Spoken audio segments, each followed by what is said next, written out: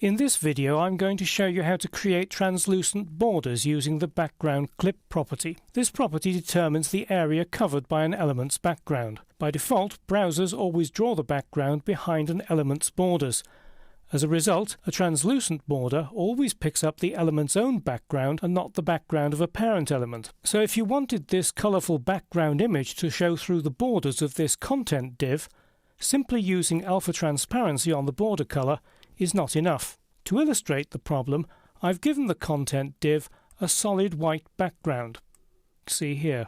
Although I've used RGBA, the alpha transparency is set to 1. In other words, it's fully opaque. The border, on the other hand, has alpha transparency of 0.5.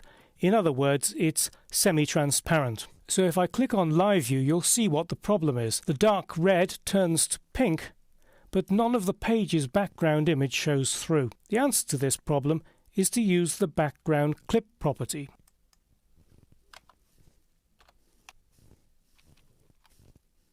Dreamweaver's code hints suggest border box and padding box. Now, border box is the default way that browsers draw backgrounds, so that's of no use. The only one of interest is padding box.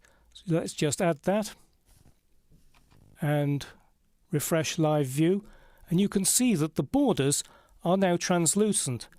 The reason for that is that the background colour is now being painted within the padding box. That can be confusing because the padding in this particular div is 15 pixels all around. So you might expect the transparency to go all around the padding as well, but the padding box is not where the text inside the div begins, but it's the point from which the padding is calculated.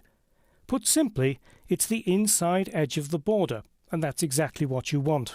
All modern browsers support the background clip property, but to keep Firefox 3.6 happy, you need to add the Moz vendor-specific prefix. So I'll just copy that and paste it and add the -Moz prefix, and Firefox 3.6 is kept happy. And to make it look a little bit nicer, we'll increase the transparency of the background colour. Make it 0.8. So now you've got the background coming through both the div itself and through its borders. And that's all there is to the border clip property. It might not be the most stunning aspect of CSS, but it gives you another tool to refine your web page designs.